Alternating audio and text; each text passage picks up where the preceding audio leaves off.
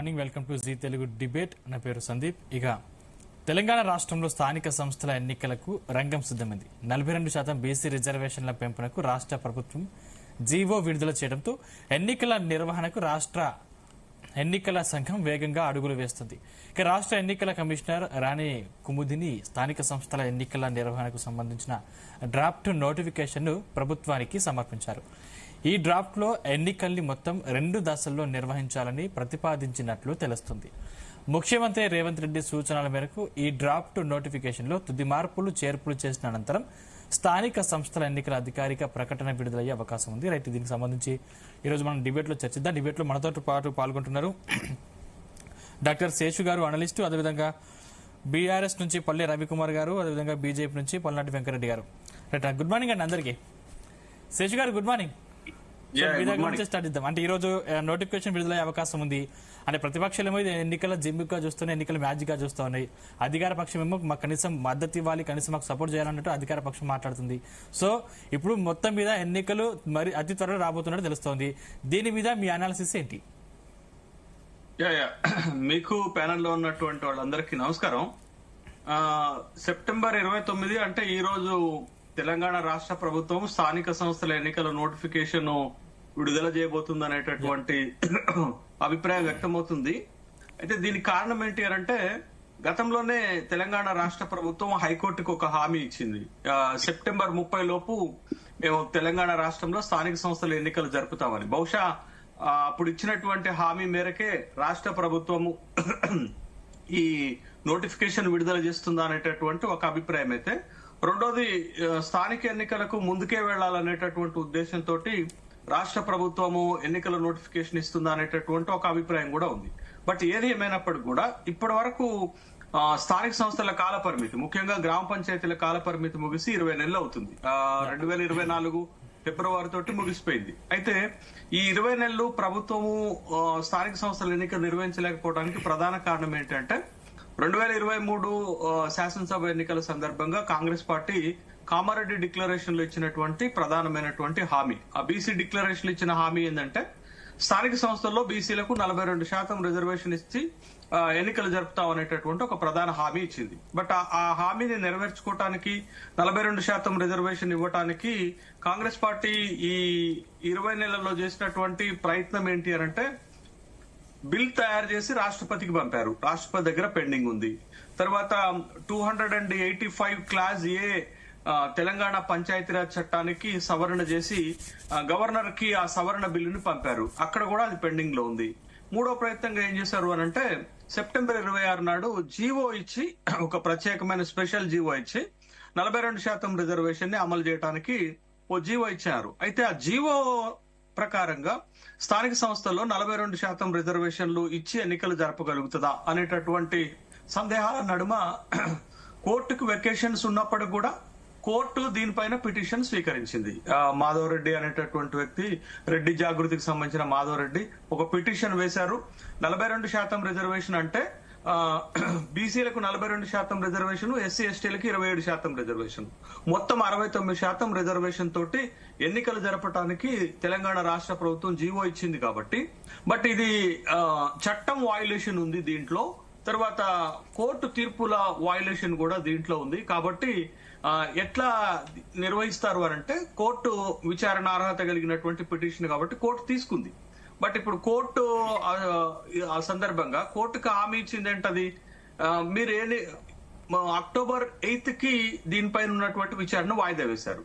But ప్రభుత్వము October 8 విచారణ ఉన్నప్పటికీ కూడా నోటిఫికేషన్ ఇచ్చి ఎన్నికలు జరపడానికి ముందుకు వస్తుంది. బట్ కోర్టు ఏమి నిర్ణయం తీసుకుంటది దీనిపైన, విచారణ సందర్భంగా ప్రభుత్వం దగ్గర ఉన్నటువంటి ఆర్గ్యుమెంట్స్ ఏంటి అనేది ఇప్పుడున్నటువంటి ప్రస్తుతం ఉన్నటువంటి సమస్య, ప్రస్తుతం ఉన్నటువంటి వివాదం కూడా. బట్ ప్రభుత్వం ఏం చేయబోతుంది, ఓ నోటిఫికేషన్ ఇచ్చినప్పటికి కూడా ఎన్నికలు పెట్టగలుగుతుందా? కోర్టు ఆదేశాలు లేకుండా కోర్టులో విచారణ సందర్భంగా, కోర్టులో కేసు ఉన్న సందర్భంగా ప్రభుత్వం ఏ విధంగా ఎన్నికలకు పోగలుగుతుంది? ఒకవేళ పోయినా కోర్టు ఇచ్చేటటువంటి తుది తీర్పుకు లోబడి ఉండాల్సినటువంటి అవసరం ఉంటుంది. మీరు చూసారు ఇటీవల గ్రూప్ 1 నియామకాలకు సంబంధించినటువంటి అంశంలో కూడా కోర్టు ఒక స్పష్టమైన ఇచ్చింది, మీరు నియామకాలు చేసుకోవచ్చు, బట్ తుది తీర్పుకు లోబడే ఆ నియామకాలు ఉంటాయనేటటువంటి అభిప్రాయం కూడా వ్యక్తం చేసింది. బట్ ఇప్పుడు కోర్టు తీసుకునేటటువంటి నిర్ణయం చాలా కీలకమైంది. అయితే జీవో నెంబర్ 9 ప్రకారంగా స్థానిక సంస్థల్లో బీసీలకు 42% ఇచ్చినటువంటి జీవో ఎంత మేరకు నిలబడగలుగుతుంది అనేది. అంటే దీంట్లో ఒక 2 వయలేషన్స్ ఉన్నాయి. ఒకటి 1994 చట్టం, 1994 చట్టంలో 243D అండ్ 243T ప్రకారమే ఈ రిజర్వేషన్లు కల్పిస్తామని జీవోలో కూడా మెన్షన్ చేశారు. బట్ ఆ చట్టం వయలేషన్ దీంట్లో ఉంది జీవోలో, అది ఒకటి పాయింట్. రెండోది దీంట్లో ఇంకొకటి ఏంటి అంటే 2010 supreme court K Krishnamurthy versus union of India తీర్పులో ఉన్నటువంటి అంశంలో కూడా వయలేషన్ ఉంది. ఈ రెండు అంటే ఒకటి చట్టంలో ఉన్నటువంటి వయలేషన్, రెండోది కోర్టు తీర్పులో పరిధిలో ఉన్నటువంటి ఒక వయలేషన్. ఈ 2 వయలేషన్స్ దీంట్లో ఉన్నాయి. మూడోది ఏంటి అని అంటే జీవోలో వాళ్ళు స్పష్టంగా చెప్పారు, మేము ఒక డెడికేటెడ్ కమిషన్ వేసి ఆ డెడికేటెడ్ కమిషన్ సిఫారసుల మేరకే, అంటే భూసాని వెంకటేశ్వరరావు డెడికేటెడ్ కమిషన్ సిఫారసుల మేరకే మేము ఈ 42% రిజర్వేషన్ ని అమల్లోకి తేవాలని నిర్ణయించామని చెప్తున్నారు. బట్ ఆ డెడికేటెడ్ కమిషన్ కూడా పరిమితులు ఉన్నాయి. డెడికేటెడ్ కమిషన్ ఏ స్థాయిలో వెనకబాటుతనం ఉంది చూసి సిఫారసులు మాత్రమే చేయగలుగుతుంది, కానీ ఎంత మేరకు రిజర్వేషన్ ఇవ్వాలనేటటువంటి సిఫారసులు చేయలేదు. బట్ దీంట్లో ప్రధానమైనటువంటి వయలేషన్ ఉన్నటువంటిది 1992 సుప్రీంకోర్టులో ఉన్నటువంటి ఇందిరా సహాని కేసు తీర్పులో ఉన్నటువంటి 50% క్యాప్ వయలేషన్ స్పష్టంగా ఉంది. బట్ ఇప్పటి వరకు ఏ రాష్ట్రం కూడా, అంటే ఎక్సెప్ట్ తమిళనాడు, మనం ప్రతిసారి తమిళనాడు ఉదాహరణగా తీసుకుని తమిళనాడులో 69% రిజర్వేషన్ ఉంది కంటే ఆ కాంటెక్స్ట్ వేరు, ఆ ఇచ్చినటువంటి సందర్భం వేరు, ఆ తెచ్చినటువంటి సందర్భం వేరు, వాళ్ళు అక్కడ రిజర్వేషన్ ప్రతిపాదనలో ఉన్నటువంటి ఒక కీలకమైన ప్రత్యేక పరిస్థితులు వేరు, వాళ్ళు చేసిన సిఫారసులు వేరు. బట్ ఆ స్థాయి ఎక్సర్సైజ్ ఈ జీవోలో లేదు, ఆ స్థాయి ఎక్సర్సైజ్ రాష్ట్ర ప్రభుత్వం చేయలేదు. ఒక రాష్ట్ర ప్రభుత్వమే కేవలం ఇలాంటి వయలేషన్స్ తోటి రిజర్వేషన్ తీసుకురాలేదు, కేంద్ర రాష్ట్ర ప్రభుత్వాల సమన్వయంతోటే రిజర్వేషన్లు రాగలుగుతాయి. బట్ ఇప్పుడున్న చిక్కుముడి ఎలా విడిపోతుంది అది కోర్టులే నిర్ణయించాల్సినటువంటి అవసరం ఉంది. రైట్, రవికుమార్ గారు గుడ్ మార్నింగ్. గుడ్ మార్నింగ్ అండి సందీప్ గారు. సో ఈ రోజు మొత్తం మీద ఎన్నికల నోటిఫికేషన్ విడుదలయ్యే ఛాన్స్ ఉంది. ప్రిపేర్ అయ్యారా గ్రౌండ్ లెవెల్? ఎట్లా ఉంది మీ పార్టీ పరిస్థితి? సరే, పార్టీ పరిస్థితి ఎట్లా ఉన్నా ఎన్నికలు ఫేస్ చేయాల్సిందే. దానికి సంబంధించి కొంత సరే మొదటి నుంచి కూడా సిద్ధంగానే ఉన్నాం మేము, దానికేం లేదు. అయితే ఇప్పుడు మిత్రుడు శేషి గారు చెప్పినట్టుగా ఇవాళ ఎన్నికల ప్రాసెస్ ఏ విధంగా సవ్యంగా పూర్తవుతుందన్నదే సమస్య. వెరీ సింపుల్ అండి. ఎందుకంటే జనరల్ కాంటెక్స్ట్ లో జరిగినప్పుడు ఎలక్షన్ ఇస్ డిఫరెంట్. ఇవాళ వినిపిస్తుందండి సందీప్ గారు? వినిపిస్తుంది. ఓకే, ఇవాళ జరుగుతున్నటువంటిదంతా కూడా ఏంటంటే కామారెడ్డి డిక్లరేషన్ నేపథ్యంలో తెలంగాణలో బీసీలకు స్థానిక సంస్థల్లో 42% రిజర్వేషన్ ఇప్పుడు ఎలక్షన్లకు సంబంధించి, అదేవిధంగా విద్యా ఉద్యోగాల్లో కూడా 42% రిజర్వేషన్లు బీసీలకు అనేది 2 ఆల్రెడీ మన అసెంబ్లీ చట్టం చేసి దాన్ని రాష్ట్రపతి ఆమోదం కోసం పంపింది. ఇక్కడ రాష్ట్ర ప్రభుత్వమే ఏం చేస్తుందంటే మొత్తంగా ప్రభుత్వమే సమస్య ఉత్పన్నమైతే పరిష్కరించాల్సింది పోయి స్వయంగా రాష్ట్ర ప్రభుత్వమే ఈ విషయంలో ఎప్పటికప్పుడు కొత్త సమస్యలను సృష్టించి అంశంలో సంక్లిష్టతని, కాంప్లెక్సిటీని పెంచుతుంది. ఇది అన్ఫార్చునేట్. నిజంగా కూడా ఇవాళ ఇదే నిజంగా కూడా మీరు అదే అనుకోని ఉంటే, ఇదే పరిష్కారం అనుకోని ఉంటే ఈ జీవోని 20 నెలల క్రితం ఇచ్చి ఉంటే 2024 ఫిబ్రవరిలో సర్పంచ్ల పదవి కాలం పూర్తయింది. ఆ పదవి కాలం పూర్తయిపోయిన తర్వాత వెంటనే ఈ జీవో ఇచ్చేసి ఎలక్షన్లు పెట్టుంటే నిజంగా ఏదో ఒకటి మంచి జరిగిపోయింది. కానీ ఇవన్నీ చేసి ఏమైందంటే ఎప్పటికప్పుడు బీసీ కమిషన్ అని, ఆ బీసీ కమిషన్ కూడా ఇది చెల్లదు, ఇది ఆ బీసీ కమిషన్ కింద రెగ్యులర్ బీసీ కమిషన్ చేసి ఇది ఉండదు, డెడికేటెడ్ కమిషన్ వేయాలని చెప్తే అప్పుడు వినలేదు. వినకుండా ఉన్న బీసీ కమిషన్ కి for BC enumeration, dedicated for BC enumeration అని ఒక జీవోని ఇచ్చేసి, ఒక అటాచ్డ్ జీవోని ఇచ్చేసి అది చెప్పేసి దాన్ని హైకోర్టు కొట్టేయడంతో హైకోర్టు మళ్ళీ బీసీ డెడికేటెడ్ అంటే మళ్ళీ భూసాని వెంకటేశ్వరరావు కమిషన్ వేయటము, ఇవన్నీ ఎప్పటికప్పుడు గవర్నమెంట్ చేసి ఆ కమిషన్ కూడా ఏమైనా సవ్యంగా చేసిందా అంటే అక్కడ కూడా అంత అన్సైంటిఫిక్. సరే, ఎందుకంటే డీటెయిల్ లో పోతే అయినా కూడా అందరం ఒకటండి, సింపుల్. యా, మీ టెక్నికల్ ఇష్యూ ఉంది రవికుమార్ గారు, నేను మళ్ళీ మీతో మాట్లాడుతున్నా. రైట్, వెంకటరెడ్డి గారు గుడ్ మార్నింగ్. గుడ్ మార్నింగ్ అండి. మొత్తం మీద ఈ రోజు సాయంత్రం కల్లా క్లారిటీ వచ్చే అవకాశం ఉంది. ఓకే సందీప్ గారు, రవి గారు మీ సిగ్నల్ ఇష్యూ ఉంది. రవి గారు కొంచెం మళ్ళీ మీ దగ్గరకు వస్తాను నేను ఒకసారి. రైట్, వెంకటరెడ్డి గారు చెప్పండి. సో ఏం చెప్తారు? మొత్తం మీద కాంగ్రెస్ ప్రభుత్వం తీసుకున్న నిర్ణయాన్ని మీరు స్వాగతిస్తారా? ముందు అందరికీ నమస్కారం. డెఫినెట్ గా ఇప్పుడు బీసీలకి 42% రిజర్వేషన్, 45% ఎంతమంది ఉంటే అంతమంది ఇవ్వాలనే ఆలోచన భారతీయ జనతా పార్టీకి ముందుగా నుంచే ఉంది. కేంద్ర ప్రభుత్వంలో భారతీయ జనతా పార్టీ కానీ ఇక్కడ కానీ భారతీయ జనతా పార్టీ ముందు నుంచి కూడా బీసీలకి ఏదైతే 42% 45% ఇవ్వాలని, ఎందుకంటే మేమే కదా ముఖ్యంగా 2023 ఎన్నికల్లో భారతీయ జనతా పార్టీ తెలంగాణ రాష్ట్రంలో అధికారంలోకి వస్తే ఒక బీసీని ముఖ్యమంత్రి చేస్తామని చెప్పుకున్న పార్టీ, దమ్మున్న పార్టీ భారతీయ జనతా పార్టీ. అది ప్రధానమంత్రి నరేంద్ర మోడీ గారు తెలంగాణ గడ్డ మీద కూడా చెప్పారు, క్లారిటీ ఇచ్చాం.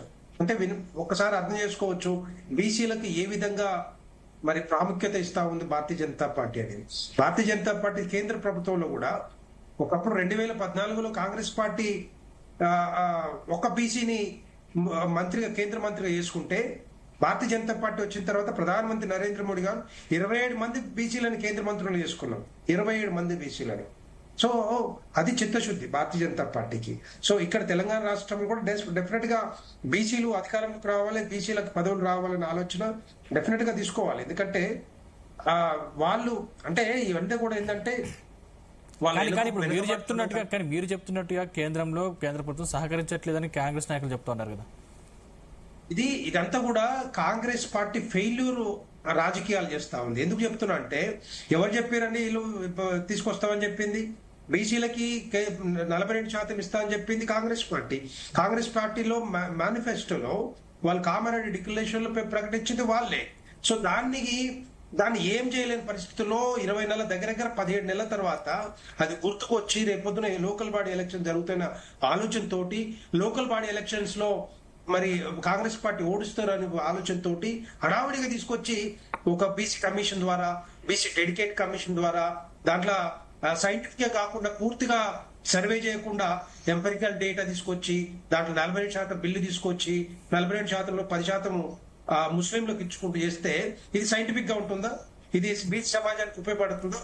అంటే 42% 45% ఉన్నోళ్ళని 32% తీసుకొచ్చి కాంగ్రెస్ పార్టీ మోసం చేయట్లేదా? ఇప్పుడు ఏం తీసుకొచ్చినా అదే చేస్తా ఉంది.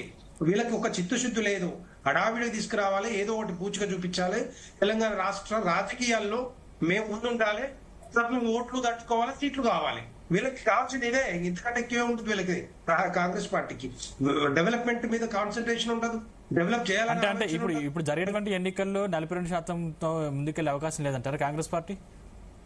కాంగ్రెస్ పార్టీ నేను ఏమంటున్నానంటే యాక్చువల్ గా మొన్న హైకోర్టులో కొన్ని వాదనలు జరిగినాయి. ఏమంటున్నారు అక్కడ ఒక 2-3 వయలేషన్స్ ఉన్నాయి దీంట్లో.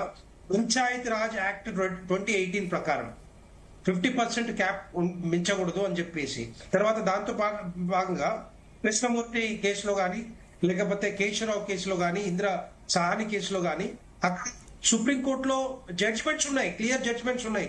ఇది 50% క్యాప్ వెళ్ళకూడదు అని చెప్పేసి. నేనేమంటున్నానంటే ఇవన్నీ జరగకుండా ఉండాలంటే డెఫినెట్ గా పార్లమెంట్ లో చట్టం తేవాలి, సవరణ తీసుకురావాలి, తర్వాతనే బాగుంటుంది. తర్వాతనే ఒక చట్టం వస్తుంది. తప్పితే ఈ జీవోలు ఇష్యూ చేసుకుంటూ రేపొద్దున మళ్ళీ హైకోర్టులో ఛాలెంజ్ చేసుకుంటూ పోతుంటే రేపొద్దున హైకోర్టులో అక్టోబర్ 8కి ఏదైతే తీర్పు ఉందో ఆ జడ్జిమెంట్ మరి ఏ విధంగా వస్తుందో తెలియదు. అది నిలబడుతుందా నిలబడదా, ఈ జీవోలు ఉంటాయా ఉండవా, రేపొద్దున ఎలక్షన్స్ పోస్ట్ పోన్ చేస్తారా చేయరా, ఇవన్నీ కూడా కాంగ్రెస్ పార్టీ ఎదుర్కోవాలి. కాంగ్రెస్ పార్టీ చిత్తశుద్ధితో తీసుకోవాలి. కానీ డెఫినెట్ గా నేనైతే ఏంటంటే ఇదంతా కూడా ఫెయిల్యూర్ గానే పొద్దున వీళ్ళకి ఒక భయం పట్టుకుంది. లోకల్ బాడీ ఎలక్షన్స్ లో ఓడిపోతున్న ఆలోచన ఉంది. తెలంగాణ ప్రజల్లో బలంగా ఉంది. కాంగ్రెస్ పార్టీ తిట్టనో లేదు చెప్పాలంటే ఇప్పుడు కాంగ్రెస్ పార్టీ ఊర్లల్లో ఏ విధంగా అయిపోయిందంటే కాంగ్రెస్ పార్టీ ఏ ఎన్నికలు వచ్చినా కూడా ఓడించాల ఆలోచనతో తెలంగాణ ప్రజలు కంకణం కట్టుకొని కూర్చున్నారు. సో దాన్ని దృష్టిలో పెట్టుకొని ఏదో ఒకటి అయితే మనం చేయాలి. మన తరఫున కాంగ్రెస్ పార్టీ తరఫున కాంగ్రెస్ ప్రభుత్వం జియో రిలీజ్ చేయాలి. ఒకవేళ జియో రిలీజ్ అయితే హైకోర్టు వద్దంటేనేమో మరి పాత ఏదైతే జియో రిజర్వేషన్ ఉందో దాని ప్రకారం పోతారు. ఎస్ అంటే 47% పోయే అవకాశాలు ఉంటాయి. డెఫినెట్ గా మేము స్వాగతిస్తాం. కానీ నేను కాకపోతే ఎంత కూడా డిలేడ్ రాజకీయాలు, డిలేడ్ డెవలప్మెంట్, ఆ సంక్షేమ పథకాల మీద నడుస్తుంది తప్పితే వీళ్ళు చేసేది ఏం ఉండదు. ఒకవేళ నిజంగానే పోస్ట్ పోన్ చేసిన అనుకోని మళ్ళీ 2-3 నెలలు, ఇప్పటికే 20 నెలలు అయిపోయింది దగ్గర దగ్గర, ఇంకా 2-3 నెలలు అంటే ఇంకా 2 సంవత్సరాలు ఉంటుంది. 2 సంవత్సరాలు వీళ్ళు చేసేది ఏముంటుంది? రేపు పొద్దున తెలంగాణ ఈ గ్రామ పంచాయతీలు ఏ విధంగా బాగుపడతాయి? ఎక్కడ ఇప్పుడు గ్రామ పంచాయతీ వ్యవస్థ చూస్తే ఎక్కడిదక్కడే ఆగిపోయింది. మెయింటెనెన్స్ లేదు, రోడ్లు లేవు, తర్వాత స్ట్రీట్ లైట్ లేవు, ఏది లేదు, ఏ డెవలప్మెంట్ లేదు. సో మొత్తం కూడా ఎందుకంటే ఒకవేళ డెవలప్మెంట్ లేదని మీరు చెప్తున్నారు, మేము డెవలప్ చేసి చూపెడుతున్నామని చెప్పేసి కాంగ్రెస్ నాయకులు చెప్పండి. ఎక్కడ చెప్పండి, ఒక్కసారి చెప్పండి. యూరియా కొరత సృష్టించిందే బీజేపీ ప్రభుత్వం చెప్తా ఉన్నారు కదా. యూరియా కొరత సృష్టించింది కాదు, వీళ్ళ దగ్గర ఉన్న యూరియాని సక్రమంగా ప్లానింగ్ లేదు, ఎగ్జిక్యూషన్ లేదు, డిస్ట్రిబ్యూషన్ లో ఫెయిల్ అయ్యారు వీళ్ళు. వీళ్ళ దగ్గర 2 లక్షల మెట్రిక్ టన్నుల యూరియా ఈ సంవత్సరం ముందులే ఉంటే వ్యవసాయ శాఖ మంత్రి స్వయాన ఆయన మీడియా ముందుకు వచ్చి మా దగ్గర యూరియా లేదంటే ఎవరైనా ఏమనుకుంటారో, పెద్ద రైతులు కానీ, బ్లాక్ మెయిలర్స్ కానీ, బ్లాక్ మార్కెటింగ్ చేసుకుంటోళ్ళు కానీ, ట్రేడర్స్ కానీ మొత్తం కూడా పక్కదారి పట్టించే అవకాశాలు ఉంటాయి కదా. ఆ విధంగా మాట్లాడతారు ఎవరైనా వ్యవసాయ శాఖ మంత్రి. వాళ్ళు వెళ్లి కేంద్ర ప్రభుత్వంతో మంత్రితో మాట్లాడి మాకు ఇది కావాలి, ఇంత కావాలని చెప్తుంటే అది బాగుండేది. కేంద్ర ప్రభుత్వం ఆంధ్రాకి ఇచ్చిన నిధులు కూడా తెలంగాణకి ఇవ్వట్లేదు, తెలంగాణ పట్టించుకోవట్లేదు, రాష్ట్ర ప్రభుత్వం అన్ని దగ్గరుండి ముందు చేసుకుంటామని చెప్తోంది కదా. తెలంగాణ రాష్ట్రానికి కేంద్ర ప్రభుత్వం నుంచి వచ్చే నిధులు ఎక్కడ కూడా ఆగట్లేవు. డెవలప్మెంట్ ఎక్కడ ఆగట్లేదు. రోడ్లు కానీ, రైళ్లు కానీ, లేకపోతే ఎయిర్వేస్ కానీ, హైవేస్ కానీ ఎక్కడ కూడా ఆగట్లేదు. తెలంగాణ రాష్ట్రంలో గత 10 సంవత్సరాల కాలంలో 10 లక్షల కోట్లు ఇచ్చినట్టుగా ఇప్పుడు కూడా వస్తా ఉన్నాయి. అది ఎవరు ఆగట్లేదు, ఎవరు ఆగట్లేదు. కాకపోతే బురద జల్లడానికి చేస్తున్న ప్రయత్నమే. వీళ్ళు చేసేది ఏమని చెప్పండి, పోనీ వీళ్ళు ఇచ్చిన హామీలు అమలు చేయమని చెప్పండి. ఈ 6 గ్యారెంటీలు కానీ మిగతా అంశాలు అమలు చేయమని చెప్పండి. 1000 కోట్ల రూపాయలు తెలంగాణ రాష్ట్ర ప్రజలకు బాకీ ఉన్నారు ఇప్పటిదాకా. ఇప్పుడు వీళ్ళ హామీలు చూస్తుంటే వృద్ధులకి 2000, 4000 రూపాయలు ఇస్తున్నారు, 2000 ఇస్తా ఉన్నారు ఇప్పటికీ. మహిళలకు 2500 స్టార్ట్ చేయలేదు. తర్వాత నిరుద్యోగ భృతి ఇస్తా అన్నారు, విద్య భరోసా ఇస్తా అన్నారు, తులం బంగారం ఇస్తా అన్నారు, స్కూటీలు ఇస్తా అన్నారు. ఇంకెప్పుడంటే వీళ్ళు ఇచ్చేది నాకు అర్థం కాదు. ఇవి ఆలోచనలు లేకుండా, ఇవి ఇవ్వకుండా ఎంతసేపు ఉన్నా కూడా కేంద్ర ప్రభుత్వం, భారతీయ జనతా పార్టీ ఆడడం వస్తుంది. ఎక్కడ మాట్లాడతారండి? భారతీయ జనతా పార్టీ కేంద్ర ప్రభుత్వం చేసే పనులన్నీ కూడా తెలంగాణ రాష్ట్ర అభివృద్ధి కోసం చేస్తుంటాయి. మీరు హామీలు అమలు చేయండి. పోనీ మీరు సంక్షేమ పథకాలు తీసుకొచ్చారు కదా, అవి అమలు చేయండి.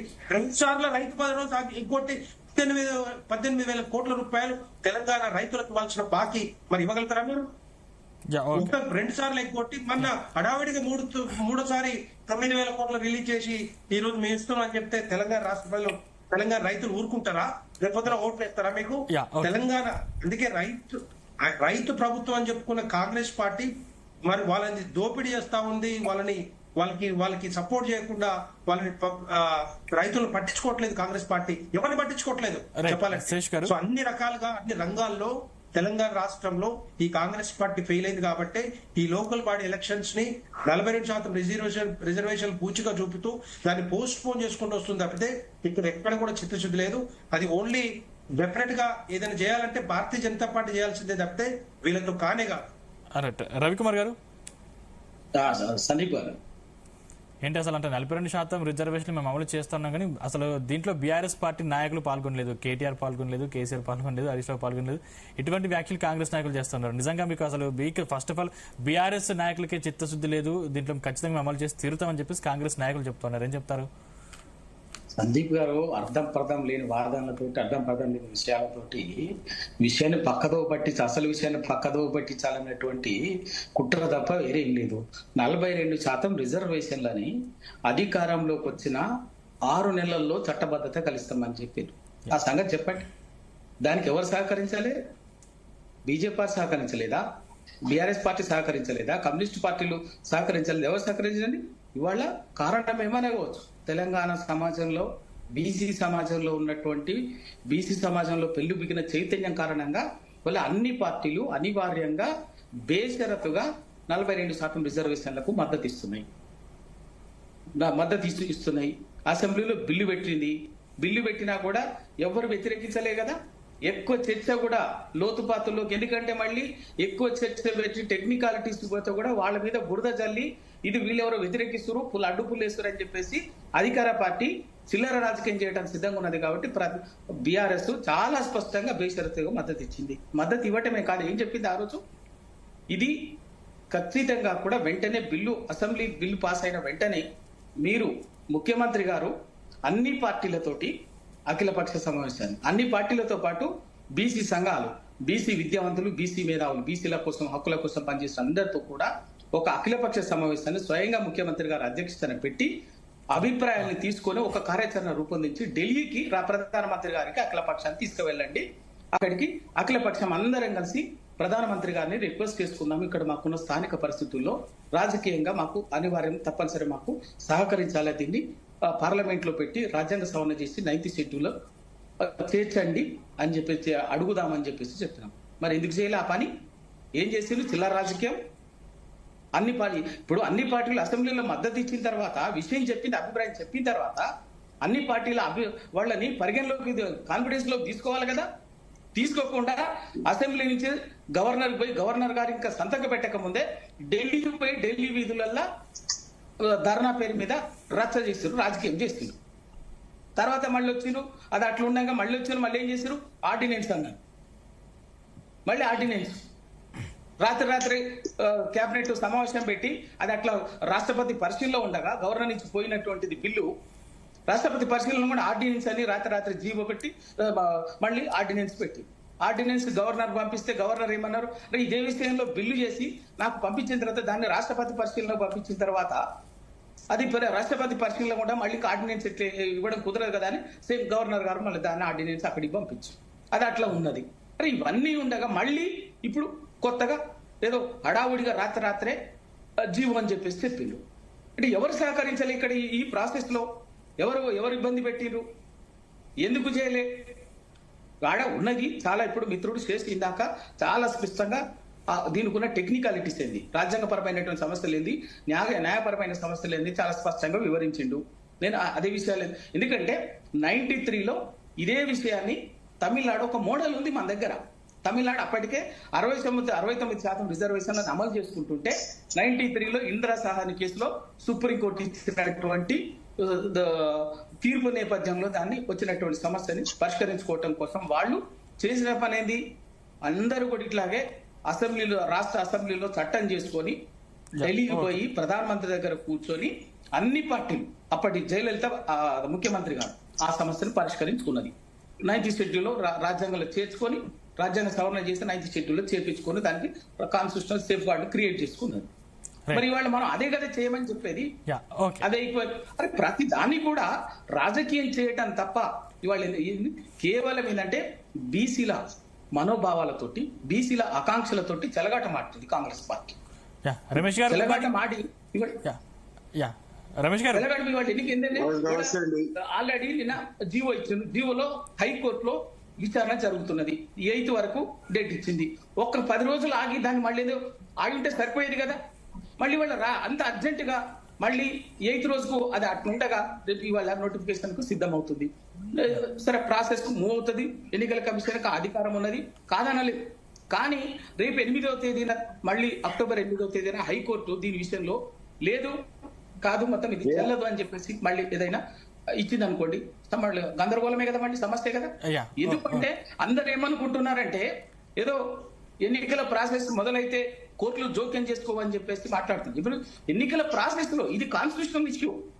ఈ కాన్స్టిట్యూషనల్ ఇష్యూలో కోర్టులు ఎప్పుడైనా కూడా జోక్యం చేసుకుంది. ఆల్రెడీ కోర్టు ఎంటర్ అయింది, కోర్టు పరిశీలన విచారణలో ఉన్నది, డేట్ ఇచ్చింది.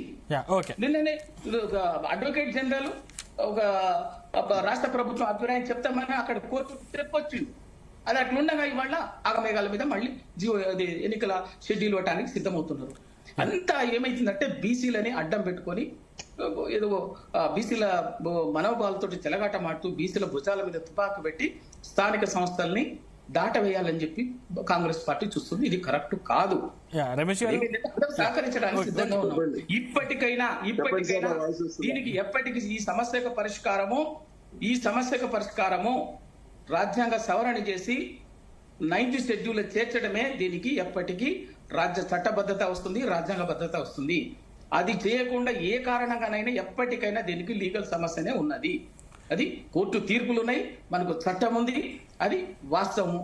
లేకపోతే రవి గారు, అదే మీతో మళ్ళీ మాట్లాడతాను. 2021లో మహారాష్ట్రలో ఇదే సమస్య వచ్చినప్పుడు మహారాష్ట్రలో రవి గారు, మీతో మళ్ళీ మాట్లాడతాను. కంప్లీట్ అయిన తర్వాత కూడా కోర్టు కొట్టేసింది. ఓకే ఓకే, ఆ పరిస్థితి రావద్దనే కదా అందరం కోరుకునేది. రైట్ రైట్ రమేష్ గారు, సవ్యంగా జరగాలని కోరుకుంటున్నాం. ఓకే రవి గారు, మళ్ళీ మీతో మాట్లాడతాను. రమేష్ గారు ఏం చెప్తారు? మొత్తం మీద బీసీలను మీరు కేవలం రాజకీయంగా మాత్రమే వాడుకుంటున్నారు, ఇది ఎన్నికల స్టంట్ గా మాత్రమే ప్రతిపక్షాలు ఆరోపిస్తున్నారు, ఏం చెప్తారు? ముఖ్యంగా ఇటువంటి ప్రపోజల్ తేవడమే ఆ పార్టీలకు చేత కాదు. ఆ ప్రపోజల్స్ ను బలపరచడానికి ఎలాంటి చర్య ఇప్పటి వరకు కూడా చేపట్టకుండా ఏది పడితే అది బీఆర్ఎస్ మాట్లాడుతుంది, బీజేపీ మాట్లాడుతుంది. నేను తీసుకొచ్చిన ప్రపోజల్ ని అక్సెప్టెన్స్ చేసుకుంటూ మాట్లాడితేనే మంచిగా. ఎప్పుడు తప్పును తీసుకుంటా వెలివేయడం తప్పితే ఏమో అదే రాజకీయంగా ఈ రోజు బలహీన వర్గాలను ఏ తప్పు చేసినా అది కాంగ్రెస్ కాదు ఏ పార్టీ అయినా కూడా తిరమరుగైపోతుంది. అటువంటి పరిస్థితులలో ఇప్పుడు కాంగ్రెస్ ఇలాంటి చెలగాటలు ఆడే పరిస్థితి లేదు. ఎట్టి పరిస్థితులలో ముందుకే వెళ్తే తప్పితే వెనుక పోయే సమస్య లేదు. అది కాకుండా బీజేపీ ప్రభుత్వం గాని ఇలా సెంట్రల్ గవర్నమెంట్ మేము చేస్తామనే మాట మాట్లాడక ఇది ఉన్నది ఆడున్నది సాల్వ్ అయిపోయింది తమిళనాడులో ఇవన్నీ మాట్లాడతారు కానీ మనం కూడా సాల్వ్ పెడతాం. మనం కూడా పార్లమెంట్ లో బిల్లు పాస్ చేద్దామనే మాట మాట్లాడారు బీజేపీ. ఎందుకండి ఇవన్నీ మాటలు? మేము తీసుకొచ్చిన ప్రపోజల్ యాక్సెప్ట్ చేయండి. ఇప్పటి వరకు మా సెంట్రల్ గవర్నమెంట్ లో మా గవర్నమెంట్ ఉంటే బిల్లు పాస్ చేసేసేవాళ్ళం మొత్తం భారతదేశ వ్యాప్తంగా.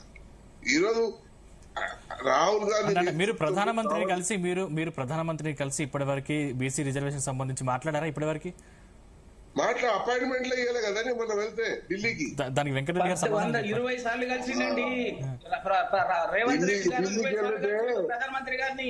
ఎప్పుడు కూడా బీసీకి సంబంధించి ఒక్క మాట మాట్లాడలేదు. దయచేసి ఒక్కసారి కాలం మాట్లాడలేదు. మీరు ఈ విషయంలో మీరు ఏకాభిప్రాయం చేయకండి.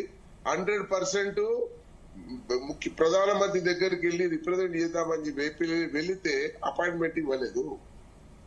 ఆ రోజు మేము అతను ధర్నా చేసి అతని దగ్గరికి వెళ్ళడానికి అందరు మొత్తం రాష్ట్ర వ్యాప్తంగా ఉన్న లీడర్లు అందరూ కూడా స్పీచ్లు ఇచ్చారు. అన్ని రాష్ట్రాల నుంచి కూడా వచ్చారు. ఎక్సెప్ట్ బీజేపీ రాకుండా బీఆర్ఎస్ రాకుండా ఉన్నది తప్పితే మిగతా అన్ని కాంగ్రెస్ పార్టీ పెట్టుకున్నట్టు ముందు ఇక్కడ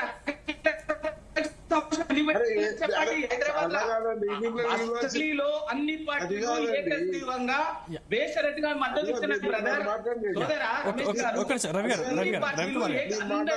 పెట్టినప్పుడు దానికి సంబంధించి అందరూ షరతు బేషరతుగా బీజేపీ కూడా మేము మద్దతు ఇచ్చామని చెప్తా ఉన్నాయి. బీజేపీ కూడా రమేష్ గారు అన్ని పార్టీలు మద్దతు ఇచ్చాయని చెప్తా ఉన్నాయి. అసెంబ్లీలు ఇచ్చినాయి కదా, అసెంబ్లీలు ఏ పార్టీ వ్యతిరేకించాలి? రవికుమార్ గారు ఒక్క నిమిషం రవికుమార్ గారు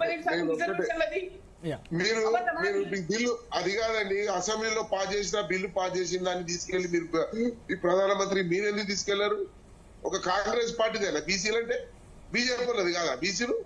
మీరు పోయి తీసుకెళ్తే ఏమైతుంది? ఆ టీఆర్ఎస్ పట్టుకుని వెళ్తే ఏమైతుంది? బిల్లు పాస్ చేసినాం మేమందరం కూడా మీరు వెళ్ళరాదా? కాంగ్రెస్ పిలిస్తేనే వస్తారా? మీ బాధ్యత లేదా? దయచేసి మీరు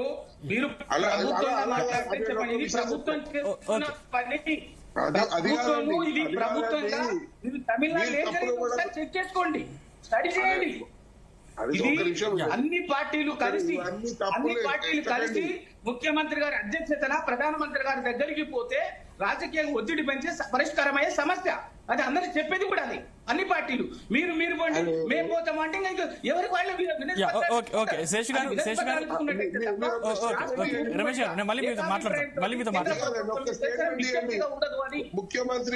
ముఖ్యమంత్రి గారు మాతో రండి, మేము తీసుకెళ్తాము. ప్రధానమంత్రికి ఒక స్టేట్మెంట్ ఇవ్వండి, మీ ప్రెసిడెంట్ గారిని అందరినీ. శేషు గారు మీరు ఏం చెప్తారు? రమేష్ గారు ఒక్క నిమిషం మళ్ళీ మీతో మాట్లాడతాను. రమేష్ గారు నేను మళ్ళీ మీతో మాట్లాడతాను. శేషు గారు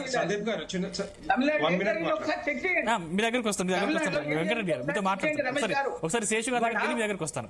శేషు గారు నేను అనేది మీరు అర్థం చేసుకోవాలండి. రమేష్ గారు ఒక్క నిమిషం. ఇంతకంటే కాంప్లెక్స్ మోడల్ ఉంది. ఓకే ఓకే అక్కడ ఈ సమస్య సో వచ్చినప్పుడు మీరేం చెప్తారు? అదే జయలలిత మీరు గారు మాట్లాడితే లాభం జయలలిత గారు లేదండి. అన్ని పార్టీలను తీసుకొని మీ నాయకులు మాట్లాడతలేరు ఇట్లా. ఓకే ఓకే రమేష్ గారు రవి గారు ఒక్క మీ నిమిషం రాష్ట్ర ఒక్క నిమిషం అధ్యక్షులు మీ కేంద్ర మీరు నాయకులు కాంగ్రెస్ బీజేపీ తీసుకోండి బీఆర్ఎస్ తీసుకోండి అని చెప్పేసి ఏం ఇదే రాజకీయం, ఇదే Yeah. చౌకబార్ రాజకీయం సో చేస్తున్నారు.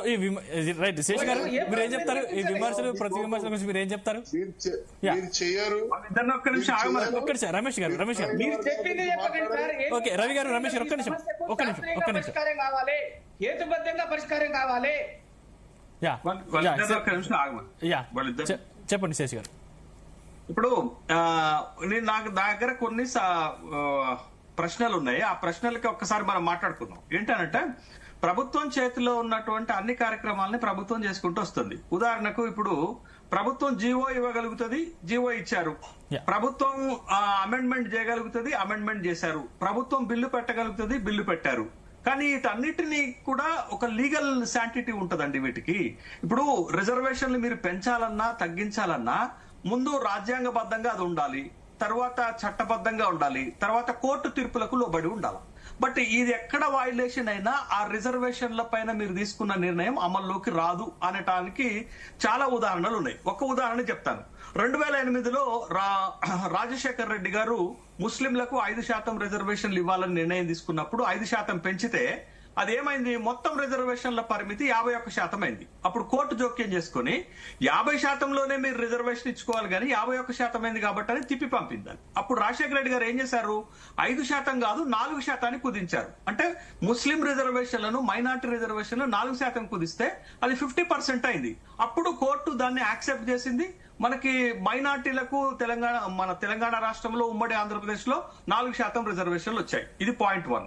పాయింట్ నెంబర్ 2, 2018లో కేసీఆర్ గారు కూడా 2019 లోకల్ బాడీ ఎలక్షన్స్ కోసం 2018లో తెలంగాణ పంచాయతీరాజ్ చట్టం తెస్తున్నప్పుడు ఆ చట్టంలో ఏం పెట్టారంటే 27% రిజర్వేషన్లు ఎస్సీ ఎస్టీలకి, 34% రిజర్వేషన్లు బీసీలకు అని పెట్టారు. మొత్తం రిజర్వేషన్ల పరిమితి ఎంత అయింది, 61% అయింది. అది కోర్టులో కేసు వేస్తే కోర్టు ఏం చెప్పింది, 50% రిజర్వేషన్లు దాటకూడదు, మీరు 61% రిజర్వేషన్ల పరిమితి పట్టుకొని వచ్చారు కాబట్టి ఇది కుదరదు అని అంటే సుప్రీంకోర్టుకు పోయారు. సుప్రీంకోర్టు కూడా అదే చెప్తే అప్పుడు ఏం జరిగింది, 27% రిజర్వేషన్లు ఎస్సీ ఎస్టీలకి, 23% రిజర్వేషన్లు మాత్రమే బీసీలకు వచ్చాయి. అంటే మొత్తం రిజర్వేషన్ల పరిమితి ఎంత అయింది, 50% అయింది. అంటే చట్టం ఏం చెప్తుంది, 1994 చట్టం ఏం చెప్తుంది అని అంటే ఆ చట్టం ప్రకారంగా ఎస్సీ ఎస్టీలకు జనాభా ప్రాతిపదిక పైన రిజర్వేషన్లు ఇవ్వాలనేది ఫస్ట్ పాయింట్ ఉంటుంది ఆ చట్టంలో. అంటే తెలంగాణ రాష్ట్రంలో ఎస్సీ ఎస్టీలకు ఎంత రిజర్వేషన్ ఇస్తున్నాం, 27% రిజర్వేషన్ ఇస్తున్నాం. ఈ జీవోలో కూడా వాళ్ళు 27% రిజర్వేషన్ పెట్టారు కదా ఎస్సీ ఎస్టీలకి. 27 పోగా మిగిలింది ఎంత, 23% రిజర్వేషన్ మాత్రమే. ఆ 23% రిజర్వేషనే బీసీలకు దక్కుతుంది. కానీ ఇక్కడ బిల్లులో ఏం చేశారు అని అంటే ఇక్కడ చాలా స్పష్టంగా కోట్ చేశారు. బిల్లు ఈ జీవో ఇచ్చారు కదా, సెప్టెంబర్ 26వ తారీఖు నాడు జీవో నెంబర్ 9 ఇచ్చారు కదా. ఈ జీవో నెంబర్ 9 లో 12 పాయింట్స్ ఇచ్చారు. 12 పాయింట్లలో point number 4, point number 5, point number 6 ఏముందంటే, పాయింట్ నెంబర్ 4, పాయింట్ నెంబర్ 5 ఏముందంటే 243 ఆర్టికల్ ప్రకారం 42% రిజర్వేషన్ అన్నారు. 243 ఆర్టికల్ ప్రకారం 42% రిజర్వేషన్ అంటే 1994 చట్టాన్ని ఇందులో పెట్టినట్టు. పాయింట్ 1. రెండోది 6th పాయింట్ లో ఏం పెట్టారంటే డెడికేటెడ్ కమిషన్ సిఫారసు చేసింది అన్నారు. డెడికేటెడ్ కమిషన్ సిఫారసు చేసింది అంటే 2010 సుప్రీంకోర్టు తీర్పుని పెట్టినట్లు. ఇట్లా అంటే ఈ జీవోలోనే 243 ఆర్టికల్, తర్వాత 2010 సుప్రీంకోర్టు తీర్పుని మెన్షన్ చేశారు. ఈ రెండింటి ప్రకారంగా ఈ జీవో చట్టాన్ని వైలేట్ చేసింది, కోర్టు తీర్పుని వైలేట్ చేసింది. అప్పుడు ఈ జీవో ఫోర్స్ లోకి ఎట్లా వస్తుంది? రేపు కోర్టులో కూడా ఇదే ఆర్గ్యుమెంట్ జరుగుతుంది. ఏది, అక్టోబర్ 8 నాడు వచ్చేటటువంటి హియరింగ్ లో, అక్టోబర్ 8 నాడు వచ్చేటటువంటి విచారణ సందర్భంగా దీనిపైన చర్చ జరుగుతుంది. దీంతో పాటు ఈ 2 అంశాలతో పాటు 3వ అంశం ఏంటంటే తెలంగాణ పంచాయతీరాజ్ చట్టము 2018లో ఉన్నటువంటి 285 క్లాజ్ ఏ అదేం చెప్తుంది, 50% రిజర్వేషన్ దాటకూడదని చెప్తుంది. దాన్ని ఎత్తివేశారా? ఆ సవరణకు ప్రతిపాదన వచ్చిందా? ఆ సవరణకు గవర్నర్ ఆమోదించారా? ఈ 3 పాయింట్స్ చాలా కీలకమవుతాయండి.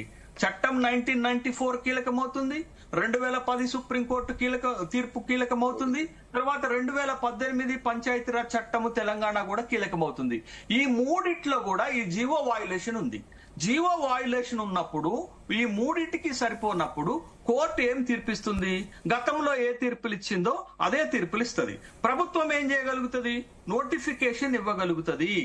ఒకవేళ నోటిఫికేషన్ ఇచ్చి ముందుకు వెళ్లి తీర్పు కంటే ముందు ఎలక్షన్ జరిగినా, మహారాష్ట్రలో రద్దు చేశారు, ఇక్కడ కూడా ఆ జరిగినటువంటి ఎలక్షన్ ని రద్దు చేసేటటువంటి అధికారం కోర్టులకు ఉంటుంది. ఇది హైకోర్టుకు ఉంటుంది, సుప్రీంకోర్టుకు ఉంటుంది. కాబట్టి బట్ ఇప్పుడు మన ముందున్న తక్షణ కర్తవ్యం ఏంటంటే తెలంగాణ రాష్ట్ర ప్రభుత్వము కోర్టు తీర్పు వచ్చేదాకా ఎన్నికలు పెట్టకుండా ఆగుతుందా? షెడ్యూల్ ఇవాళ తెలుస్తుంది కదా.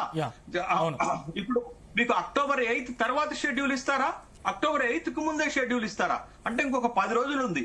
3 ఫేజుల్లో ఎలక్షన్ ఉంది కాబట్టి మొదటి ఫేజ్ కంప్లీట్ చేసిన ఇప్పుడు కోర్టులో విచారణ సందర్భంగా కేసు ఉంది కాబట్టి కోర్టులు ఆల్రెడీ జోక్యం చేసుకున్నాయి కాబట్టి ఖచ్చితంగా కోర్టు చెప్పినట్లే తెలంగాణ రాష్ట్ర ప్రభుత్వం పనిచేయాల్సి ఉంటుంది, ఎన్నికలు పెట్టాల్సి ఉంటుంది.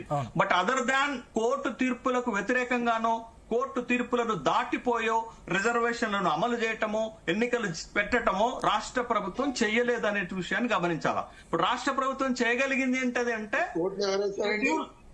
అంటే చెప్పండి కోర్టులో అది అది అది అది సెకండ్ కాంటెక్స్ట్ అన్నా. నేను కోర్టులో ఏం జరుగుతుందో చెప్తాను. కోర్టు కేసు ఎవరేశారు అనేది కోర్టులో కేసు వేయటం తప్పు అంటున్నాను. రమేష్ అన్న ఒక్క మాట, కోర్టులో మాధవ్ రెడ్డి అనే వ్యక్తి కోర్టులో కేసు వేయటం తప్పు అంటున్నాను. ఎందుకు తప్పు అంటున్నానంటే రిజర్వేషన్లు బీసీలకు స్థానిక సంస్థల్లో 42% రావటం ఒక హక్కు. చట్టం చెప్పట్లే, అట్లా హక్కుగా మనం అడుగుతున్నాం. ఆ హక్కు పైన అతను కోర్టుకు వెళ్ళటం తప్పు. ఎందుకు తప్పు అంటున్నానంటే రిజర్వేషన్లు లేని చోట, అంటే ఇప్పుడు శాసనసభలో మనకి చట్టసభలో రిజర్వేషన్ లేవు. రిజర్వేషన్లు లేకపోతే ఒకే కులము 50% కంటే ఎక్కువ శాసనసభ స్థానాలు గెలవగలిగింది. అంటే దుడ్డున్నోడిదే బర్రె అన్న సామెత ఉంటుందా? అంటే ఎవరికి డబ్బు ఉంటే వాడు ఎమ్మెల్యేలుగా ఎంపీలుగా గెలిస్తే ఇక ప్రజాస్వామ్యానికి అర్థమే ఉంటుంది. తెలంగాణలో అన్రిజర్వ్డ్ శాసనసభ స్థానాలు 88 ఉంటే ఒకే కులం 43 స్థానాలు గెలిచింది. అది అన్యాయం కదా. మరి ఇప్పుడు స్థానిక సంస్థల్లో కూడా మనకి రిజర్వేషన్ లేకపోతే బీసీలకు మొత్తం వాళ్లే ఎత్తుకపోతారు. అంటే ఇది న్యాయమా? ప్రజాస్వామ్యం కాదు కదా. అందుకే మనం మాధవ్ రెడ్డిని ఏమంటున్నాం, మీరు కేసు వేయటం తప్పు అంటున్నాం. బట్ అది చట్ట పరిధిలో ఆయన ఏమంటున్నాడు, నేను చట్టం ఉంది చట్టాన్ని వాడుకుంటున్నాను అంటున్నాడు. మనం ఏం చేయాలా? ఆ చట్టాన్ని బ్రేక్ చేయాలా. ఆ చట్టంలో ఏముంది? 50% క్యాప్ ను మనం బ్రేక్ చేయగలిగితే, మీరు ఇందాక ఓ మాట అన్నారు, రాహుల్ గాంధీ ప్రధానమంత్రి అయితే 24 గంటల్లో మేము ఈ ఆర్డర్ ఇవ్వగలుగుతాం అన్నారు. బట్ ఇది కేంద్ర ప్రభుత్వం పరిధిలో ఉన్నటువంటి అంశం. ఎందుకు? ఒక్క తెలంగాణ రాష్ట్రమే 50% రిజర్వేషన్ క్యాప్ తీసేస్తే కుదరదు, దేశమంతా తీసేయాల. ఆ దేశమంతా తీసేయాలంటే పార్లమెంట్ లో చట్టం అవ్వాలా. పార్లమెంట్ లో చట్టం అవ్వాలి అంటే కేంద్రంలో అధికారంలో ఉన్నటువంటి పార్టీ చొరవ తీసుకోవాలా. అందుకే ఈ రిజర్వేషన్లు రావాలంటే రాష్ట్రము కేంద్రము, రాష్ట్ర ప్రభుత్వము కేంద్ర ప్రభుత్వం సమన్వయంతో సాధించాలా.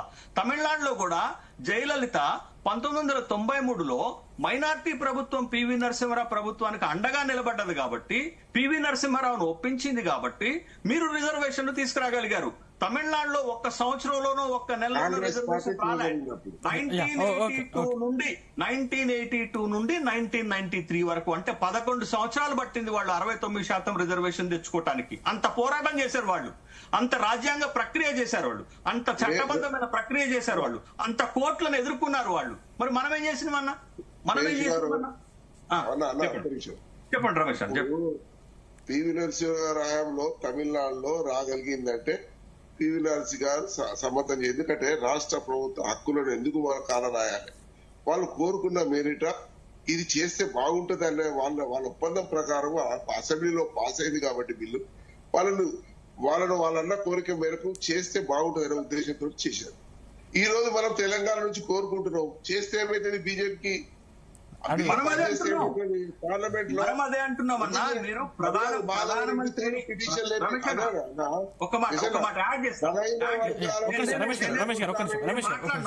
నేను మాట్లాడను, యాడ్ చేస్తా. యాడ్ చేసేది ఏంటంటే రాష్ట్ర ప్రభుత్వం కూడా ప్రధానమంత్రి దగ్గరకు పోవాలి, ఒప్పించాలి. అపాయింట్మెంట్ ఇవ్వట్లేదు అంటున్నారు. రాష్ట్రపతి అపాయింట్మెంట్ కూడా ఇవ్వలేదు, వాస్తవమే. కానీ మీరు ఏం చేయాల్సి ఉండే, మొన్న జరిగినటువంటి మాన్సూన్ సెషన్ పార్లమెంట్ లో దీన్ని ఒక పెద్ద అంశంగా తేవాల్సి ఉండే, ఫ్లోర్ లో చర్చ పెట్టాల్సి ఉండే.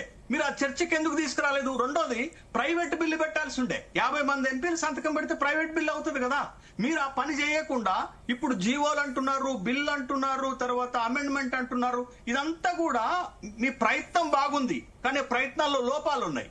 లోపాలు ఉన్నప్పుడు మీరు మెటీరియలైజ్ ఎట్ అవుతుంది. కాబట్టి కాంగ్రెస్ చేస్తున్న ప్రయత్నాలను ఆహ్వానిస్తున్నాం, కానీ ఆ ప్రయత్నాల్లో లోపాలు ఉన్నప్పుడు మీరు రిజర్వేషన్లు ఎట్లా సాధిస్తారు? ఒక మంచి అవకాశం ఉండే మాన్సూన్ సెషన్ పార్లమెంట్ లో మీరు ప్రైవేట్ బిల్లు పెట్టే అవకాశం ఉంది, పెట్టలేదు. మీరు తర్వాత ఫ్లోర్ లో ఈ విషయాన్ని లేవనెత్తాల్సిన అంశం ఉండే, దేశవ్యాప్తంగా చర్చ జరిగేదే, కానీ ఆ పని చేయలేదు. ఎందుకు చేయలేదంటే ఓట్ చోరీ అనే అంశం మరుగున పడకూడదని బీసీ బిల్లును మీరు పట్టుకురాలేదు. బీసీ అంశాన్ని పార్లమెంట్ లో పట్టుకురాలే. ఒకవేళ పట్టుకొచ్చుంటే అనివార్యంగా హోంమంత్రో ప్రధానమంత్రో సమాధానం చెప్పాల్సి ఉండే కదా. మీరు అవకాశాన్ని వదులుకున్నారు. మీరు వదులుకొని ఏం చేస్తున్నారు? ఇప్పుడు జీవో పట్టుకొచ్చారు. ఈ జీవో ఇట్స్ ఛాలెంజబుల్. ఈ జీవో అనేది కోర్టు పరిధిలోకి వస్తుంది. ఇవాళ కోర్టు విచారణలో మనం అంటే విషయం మొత్తాన్ని కోర్టు చేతిలో పెట్టేసినాం. కోర్టు చేతిలో పెట్టేసినాం. వెంకటరెడ్డి గారు, మాధవరెడ్డి గారు ఏ పార్టీ వ్యక్తి అతనికి అవసరం ఏముండే ఇప్పుడు రావటానికి?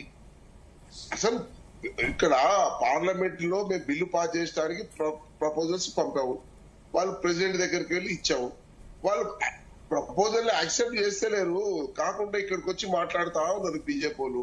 మీ లీడర్లు ఏమో మాట్లాడరు, సెంట్రల్ లీడర్ మాట్లాడరు, స్టేట్ లీడర్ మాట్లాడరు. ఒక మంచి ప్రపోజల్ రాహుల్ గాంధీ గారు ఏమన్నారంటే విద్యావంతులు కావాలి, రాజకీయంగా ఎదగాలి, బలైన వారు ఎదిగితేనే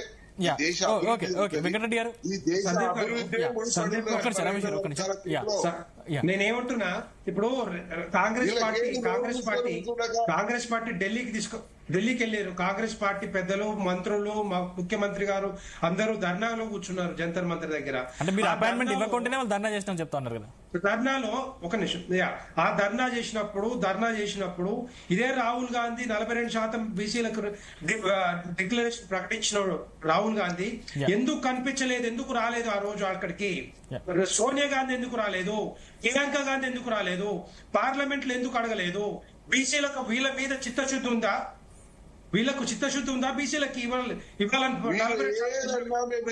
కూడా మీ రాహుల్ గాంధీ, మీ సోనియా గాంధీ, మీ ప్రియాంక గాంధీ చెప్పాలా? మీరు చెప్పగలుగుతారా? మీరు ఎంత చెప్పగలుగుతారా? మీరు ఎంత సపోర్ట్ చేయాలని చెప్పగలుగుతారా? మీరు చెప్పలేరు. ఇంకోటి, మీరు అక్కల పక్షాన్ని తీసుకుపోతున్నారు. మీరు ఒక నిమిషం రన్నింగ్ కామెంట్ రాపండి.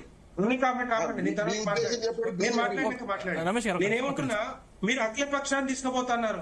పిఆర్ఎస్ గానీ, బీజేపీని గానీ, కమ్యూనిస్ట్ పార్టీలు ఎందుకు తీసుకెళ్లలేకపోయారు? మీరు మీకు క్రెడిట్ రావడానికి, ఓట్లు దండుకోవడానికి, మీకు సీట్లు రావడానికి, మీరు బీసీ సమాజాన్ని మోసం చేయడానికి చేస్తున్న ప్రయత్నమే ఈ కామారెడ్డి డిక్లరేషన్. ఇదంతా కూడా మీకు చిత్తశుద్ధి ఉంటే ఎప్పుడు చేయాలి? ఇదంతా 6 నెలల ముందు చేస్తా అని చెప్పారు, కానీ అది చేయలేదు. తర్వాత మీరు ఇంతకుముందు ఒక మాట మాట్లాడారు, ప్రధానమంత్రి అపాయింట్మెంట్ ఇవ్వలేదన్నారు. మీరు రేవంత్ రెడ్డి గారు ఎన్నిసార్లు పోయి మాట్లాడారు? ఎన్నిసార్లు కలిసారు ప్రధానమంత్రి నరేంద్ర మోడీ గారిని? మరి మాట్లాడారు దాని గురించి మీరు మాట్లాడలేదు. చిత్తశుద్ధి లేదు. మళ్ళా ఇక్కడ ప్రతి దాంట్లో మీరు ఆ పూచిగా చూపిస్తూ టైం పాస్ చేసే కార్యక్రమాలు చేస్తున్నారు. 42% రిజర్వేషన్ అనేది సైంటిఫిక్ రిజర్వేషన్ కాదు. ఇదంతా కూడా ఇంతకుముందు శేషి గారు కూడా చెప్పారు, నేను కూడా ఇంతకుముందు చెప్పిన 2-3 రకాల వయోలేషన్స్ ఉన్నాయి. ఇక్కడ కోర్టు పరిధిలోకి వస్తా ఉంది. మీరు కర్ణాటక 2015లో మీరు సిద్ధరామయ్య ఉన్నప్పుడు, ముఖ్యమంత్రిగా ఉన్నప్పుడు కోర్టులో తీసుకొచ్చారు. ఇక్కడ కూడా సర్వే చేశారు, దాన్ని తుంగలో పెట్టారు, డార్క్ కోర్టులో పెట్టారు. మరి ఇప్పటి వరకు దాని గురించి ఎందుకు మాట్లాడలేదు? దాని గురించి ఎందుకు తీసుకురాలేదు? 2015లో తీసుకొచ్చిన దాన్ని పక్కన పడేశారు. మీరు తర్వాత బీహార్ లో కూడా ఇదే జరిగింది. మీరున్న కర్ణాటక ప్రభుత్వం, కాంగ్రెస్ ప్రభుత్వం మీరేం చేశారు ఇప్పుడు దాకా? దాని మీద మీరు కనీసం పట్టించుకోలేదు. మీకు ఎక్కడుందండి? మీకు రాహుల్ గాంధీకి ఎక్కడ సోనియా గాంధీకి ఎక్కడుంది? ప్రియాంక గాంధీకి ఎక్కడుంది? చెప్పండి. మీరు ఏంటంటే మీరు తీసుకొచ్చిన మేనిఫెస్టో, బీసీ డిక్లరేషన్, బీసీ సమాజాన్ని మోసం చేయడానికి వాళ్ళు కావాలి. వాటిలో మీ ఓట్లు పాత్ర కనుక్కోవాలి, ఏంది? మేము బాగుండాలి. ఓకే. చేసి రెండు పాయింట్ చెప్తాను. ఒక నిమిషం రన్నింగ్ కాబట్టి ఆపండి మీరు మధ్యలో. నేను మీరు కూడా రెండు పాయింట్ చెప్తున్నా. బీసీ బీల అదే ఒక్క నిమిషం రమేష్ గారు, నెక్స్ట్ మళ్ళీ మీతో బీసీ బీలకి సందీప్ గారు, బీసీ బీలో అంగడి ముస్లిం రిజర్వేషన్ ఉంది. బీసీఈ రాజశేఖర రెడ్డి గారు ఉన్నప్పుడు ఆ 5% 4% తీసుకొచ్చారు. బీసీఈని క్రియేట్ చేశారు, దాంట్లో కూడా ముస్లిం రిజర్వేషన్ ఉంది. ఇప్పుడు బీసీ ఏది ఈ 42% రిజర్వేషన్ లో 10% మళ్ళా ముస్లింలకు ఇస్తా ఉన్నారు. మీరు ఇక్కడ బీసీ సమాజాన్ని మోసం చేస్తా ఉన్నారు. 10% అంటే 32% మీరు బీసీలకు ఇస్తా ఉన్నారు. ఇక్కడ కూడా మోసం చేయడానికి ఇది కూడా ఎట్లా ఉందంటే, మీరు తీసుకొచ్చిన డేటా గానీ సర్వే చేసిన కూడా అన్సైంటిఫిక్, సైంటిఫిక్ కాదంతా కూడా ఎంపరికల్ డేటానే. ఒక కాలనీలో ఒక 100% ఉంటే ఒక 20%, 15% తీసుకొని ఇంతమంది ఉంటారని చెప్పి తీసుకొచ్చారు. అది అంతా కూడా అన్సైంటిఫిక్. ఇది శాస్త్రీయంగా చేయలేదు. మీరు ఇవన్నీ కూడా పెట్టుకొని మీ దగ్గర తప్పులు చేసుకుంటూ వచ్చుకుంటూ మళ్ళీ ఇప్పుడు ఈ రోజు భారతీయ జనతా పార్టీ అంటారు మాట్లాడేవంటి.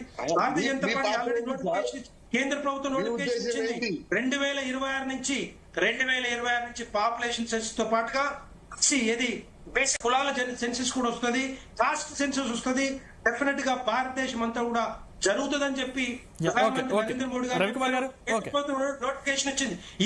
ఇది జరుగుతుంది సైంటిఫిక్ గా. మీరు కాదు, మీరు చేసేది ఏంటంటే కూడా అన్సైంటిఫిక్. మీరు ఓట్లు దండుకోవడానికి చేసిన ప్రయత్నం తప్పితే ఇక్కడ ఏం లేదు. తర్వాత తర్వాత భారతదేశంలో ఎవరు ఎంత అన్ని ఇవ్వాలని ఆలోచనతో భారతీయ జనతా పార్టీ ఉంది. అమలు చేయమంటే ఇక్కడ ఎవరు చూసుకుంటుంటారు. మీరు అన్ని తీసుకొచ్చింది ఈ జీవో కూడా నిలబడదని చాలా మంది చెప్తా ఉన్నారు. మీరు ఏంటంటే చేతులు దులుపుకోవాలి. మా పరంగా కాంగ్రెస్ పార్టీ అన్నట్టుగా మేము జీవో ఇచ్చినాం, వాళ్ళు కోర్టులు ఆపేసినాయి, మేము ఏం చేయలేదని చెప్పి తెలంగాణ ప్రజలు చెప్పుకుంటారు. పోయి ఇప్పుడు మీ ఎంత కూడా ఏంటంటే బీసీల సమాజాన్ని మోసం చేయడానికి చేస్తున్న ప్రయత్నం ఏదంటే ఇక్కడ ఏది ఉండదు.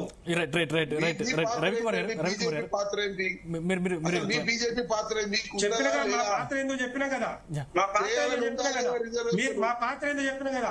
మీరు నిజంగానే చిత్తశుద్ధి ఉంటే 42% పూర్తిగా మీరు బీసీలకు ఇవ్వండి.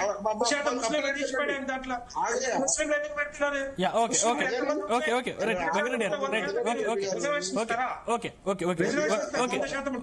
రవికుమార్ గారు మీరు కంక్లూడ్ ఎవరా? రమేష్ గారు మీతో మాట్లాడతాను, నెక్స్ట్ మీ దగ్గరకు వస్తాను. ఒక 2 నిమిషాలు, జస్ట్ ఒక 2 నిమిషాలు రవికుమార్ గారికి వెళ్దాం. రవికుమార్ గారు, సందీప్ గారు, కాంగ్రెస్ పార్టీ చాలా స్పష్టంగా చెప్పిన బిల్లు పెట్టిన రోజు పెట్టినాం. ఇదందరూ కూడా ఏంటంటే బీసీలకు సంబంధించి 7 దశాబ్దాలుగా బీసీలకు సంబంధించినటువంటి తనలాట. కాబట్టి మేము కూడా మా పార్టీలను ఒప్పించుకున్నాం. బీసీ చైతన్యం ఖచ్చితంగా మద్దతు ఇచ్చినాక దాన్ని ప్రభుత్వము ఈ అంశాన్ని ముందుకు తీసుకొచ్చినటువంటి ప్రభుత్వము అన్ని పార్టీలు కూడా రాజకీయ పక్షాలు సహకరించిన తర్వాత కూడా కేంద్ర ప్రభుత్వం దగ్గర ఇది తేల్చాల్సిన విషయం అండి. పార్లమెంట్ లో తేలాలి. చాలా స్పష్టంగా ఎన్ని వాదనలు చేసినా ఏం చేసినా పార్లమెంట్ లో తేలాలి. దానికి 1993 ఇందిరా సాహ్ని కేసు చట్టం ఉంది. 2010లో ఇచ్చినటువంటి కృష్ణమూర్తి కేసు ఉన్నది. ఇవన్నీ చెట్టుకుంటే ఉంది. 50% సీలింగ్ అన్నది, క్యాప్ అన్నది అధిగమిస్తే తప్ప ఈ సమస్య పరిష్కారం కాదు. అదేది లేకుండా రాష్ట్ర ప్రభుత్వం అనేది రకరకాలుగా పొలిటికల్ రాజకీయ క్రీడను ఆడింది. రాజకీయ క్రీడ దాంట్లో బీసీలను పావులుగా చేస్తుంది. ఎమోషన్స్ తోటి, వాళ్ళ భావోద్వేగాలతోటి, ఆకాంక్షలతోటి ఆడుకుంటుంది. అంతే తప్ప సమస్యని శాస్త్రీయంగా, చట్టబద్ధంగా, రాజ్యాంగబద్ధంగా చేయాలనేటువంటి నిజాయితీ, చిత్తశుద్ధి కాంగ్రెస్ పార్టీకి లేదు. అఖిల పక్షాన్ని తీసుకపోతే మీరు అంటున్నటువంటి అదే బీజేపీ చిత్తశుద్ధి కూడా బీజేపీ ఉన్నటువంటి వైఖరి ఎందుకు బయటపడేది కదా దేశం ముందు. అన్ని పార్టీలను పార్లమెంట్ కి తీసుకపోతే అన్ని పార్టీ ముఖ్యమంత్రి గారి అధ్యక్షతన అఖిల పక్షాన్ని ఢిల్లీకి తీసుకుపోయి ఉంటే, ప్రధానమంత్రి గారిని కలిసి ఉంటే అక్కడ బీజేపీ ఉన్న నాటకం కూడా బయటపడేది కదా. ఆ పని ఎందుకు చేయలేదు? పార్లమెంట్ లో ఎందుకు మాట్లాడలేదు? కాంగ్రెస్ పార్టీ 100 మంది ఎంపీలు, 99 మంది ఎంపీలు ఉన్నారండి, పార్లమెంట్ లో మాట్లాడలే. అదే పార్లమెంట్ వచ్చి ఢిల్లీలో జంతర్ మంతర్ లో ధర్నాలో మాట్లాడి ఎంపీలు. ఇవన్నీ ఇది పరిష్కారం కాదు అని చెప్పినాం మేము. ఇవాళ ఇప్పుడు మాట్లాడతలేం. జీవో వచ్చినప్పుడు డే 1 చెప్పిన పరిష్కారం ఓకే, ఏంటంటే రమేష్ గారు. తమిళనాడు జరిగింది, దాని ప్రకారం చేయండి, సహకరించడానికి సిద్ధంగా ఉన్నది బీఆర్ఎస్ పార్టీ అని చెప్పినాం. రైట్ రమేష్ గారు. సహకరించినాం. నేను ముఖ్యంగా ఇలా జీవో ఇప్పుడు ఉన్నటువంటి తప్పులు ఎంచకుండా మీరు కూడా ఓట్లు దండుకోవాలి కదా, మీకు కూడా ఓట్లు రావాలి కదా, బీసీల పేరు తీసుకుంటే ఓట్లు వస్తాయి అంటున్నారు కదా, మరి మీరు కూడా దండుకుంటానికి ఎందుకు ప్రయత్నం, మీరు ఎందుకు బిల్లును దాని అంగీకారం చెప్పడానికి కోసం మీరు ఢిల్లీకి మీ పార్టీలను తీసుకెళ్తలేరు? మీకు మీరు కాంగ్రెస్ పార్టీ మీరు ఎందుకు అఖిల పక్షం పెట్టట్లేదు? అఖిల పక్షాన్ని ఖచ్చితంగా సపోర్ట్ ఇస్తారని చెప్తున్నారు రమేష్ గారు. మాట్లాడండి, విషయం చెప్పండి. మీరు ఇంకో మాట చెప్పినారు ఏమని, కేంద్రంలో మా కాంగ్రెస్ ప్రభుత్వం ఉంటే రాహుల్ గాంధీ ప్రధానమంత్రి ఉంటే ఒక దెబ్బకి అయిపోయిందని చెప్పారు. ఎందుకు మాట్లాడతారండి? ఎప్పుడండి క్యాప్ వచ్చింది? 2010 కదండి. సుప్రీంకోర్టులో వచ్చింది 2010 కదా. 34 వెనక్కి పోయింది 23. ఆ రోజు సుప్రీంకోర్టు తీర్పిచ్చినప్పుడు కేంద్రంలో మీ ప్రభుత్వమే ఉన్నది, రాష్ట్రంలో కాంగ్రెస్ ప్రభుత్వమే ఉన్నది. ఏమైంది? ఎందుకు చేయలే? ఆ రోజు ఎందుకు సవాల్ చేయలే? పార్లమెంట్ ఎందుకు సవరించలే? 2010లో ఇచ్చినటువంటి 1993లో ఇందిరాసాని కేసులో వచ్చినటువంటి రాజకీయంగా అమలయ్యింది 2010 తీర్పుతోటి. ఇప్పుడు కేంద్రంలో మీ పార్టీ అధికారంలో, రాష్ట్రంలో మీ పార్టీ అధికారంలో. రమేష్ గారు మీరు మాట్లాడండి. రవికుమార్ గారు ఈ ఒక్కసారికి మేము మినహాయించండి, ఈ 34% ప్రకారం చేసుకుంటాం. తర్వాత సుప్రీంకోర్టు ఇచ్చినటువంటి 50% తీర్పుకు లోబడి ఎన్నికలు నిర్వహించుకుంటామని చెప్పేసి కిరణ్ కుమార్ రెడ్డి గారి ప్రభుత్వము, ఇదే జానారెడ్డి గారి అప్పుడు పంచాయతీరాజ్ శాఖ మంత్రిగా అఫిడవిట్ ఇచ్చింది సుప్రీంకోర్టుకు. అక్కడ కదా మోసం జరిగింది. ఆ రోజు ఎందుకు చేయలే మీరు చెప్పేది? మీ ప్రభుత్వం రమేష్ గారు మీరు మాట్లాడండి. రవి గారు సమయం చాలా తక్కువ. రవి గారు రిజర్వేషన్లకు 50% రవికుమార్ గారు 2010 తర్వాత ఎన్నికల్లో రవికుమార్ గారు వచ్చినటువంటి తీర్పులో రవికుమార్ గారు మనకు సమయం చాలా తక్కువ ఉంది. రవికుమార్ గారు రవికుమార్ గారు ఒక్క నిమిషం రమేష్ గారు మీరు మాట్లాడండి. రవి గారు ఒక్క నిమిషం దయచేసి ఇప్పటికైనా అన్ని పార్టీలు సహకరించడం. రవి గారు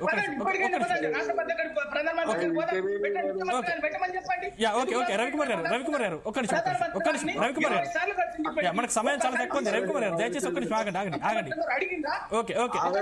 ఒక్క నిమిషం రవికుమార్ గారు దయచేసి ప్లీజ్ ఒక్క నిమిషం ఆగండి, ఎందుకంటే మనకు సమయం చాలా తక్కువ ఉంది. రమేష్ గారు మాట్లాడండి. మీరు మాట్లాడకండి. మేము మాట్లాడేటప్పుడు మీరు మాట్లాడిన వాళ్ళు పనిచేయరు, మాట్లాడిన వాళ్ళు ఇలా మీ నాయకులే నోరు మూసుకొని కూర్చోవాలి ఉన్నారు.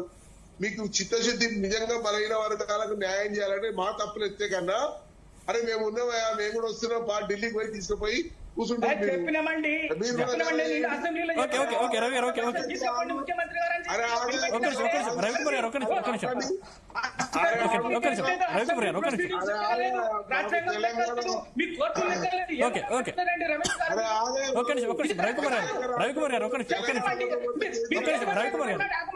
ఎట్లా ఊరుకుంటారు?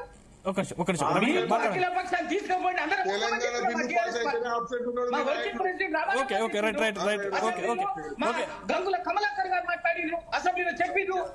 ప్లీజ్ రవికుమార్ గారు ఒక్క నిమిషం ఆగండి. రవికుమార్ గారు ప్లీజ్ ఒక్క నిమిషం ఆగండి. రమేష్ గారు మీరు ఏది చేసినా బిల్లు పాస్ చేయడం అనేది కాకుండా ఏదైనా 42% రిజర్వేషన్లు ఇచ్చుడు ఖాయం. అది మీకు మింగుడు పడతలేదు. నేను మీకు దమ్ముంటే ఈ నాయకులను పట్టుకొని ఢిల్లీకి పోయి ఒప్పించుకొని, ఆ బీజేపీ నాయకులు ఆ టీఆర్ఎస్ నాయకులు కలిసి ఆ ఢిల్లీలో పోయి ఒప్పించుకొని రండి. అప్పుడు మొగతనం. కాంగ్రెస్ తప్పులో మాట్లాడుది, ఆ తప్పులు ఎంచుకుంటూ కూర్చుంటారు ఏంటండి?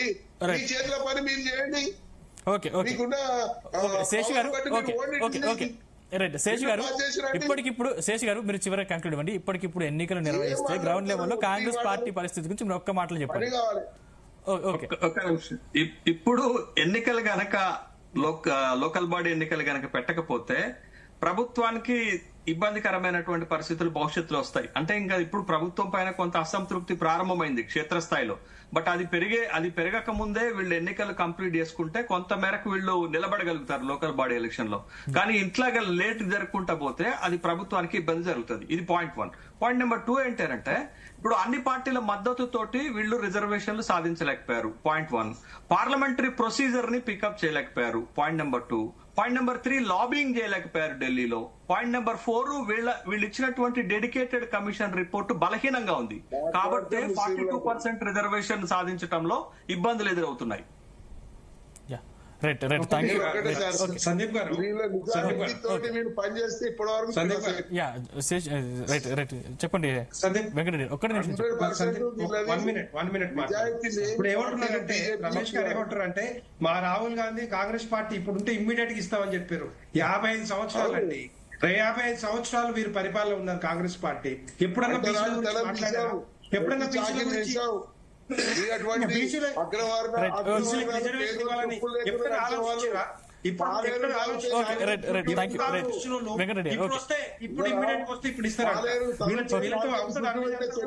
కాస్ట్ సెన్సెస్ అనేది 1931 లో జరిగితే అప్పటి నుంచి కాంగ్రెస్ గురించి మాట్లాడలేదు. కాంగ్రెస్ పార్టీ మాట్లాడలేదు ఎప్పుడు కూడా. వెంకటరెడ్డి గారు thank you. Right right Venkatareddy గారు థ్యాంక్ యూ అండి. థ్యాంక్ యూ రమేష్ గారు, థ్యాంక్ యూ రవికుమార్ గారు, శేష్ గారు థ్యాంక్ యూ అండి. చర్చలో మాతో పాటు పాల్గొన్నందుకు ధన్యవాదాలు. మొత్తం మీద ఇవి ఈరోజు డిబేట్లోని అంశాలు. చూస్తూనే ఉండండి జీ తెలుగు న్యూస్, నిజం నిక్కచ్చి.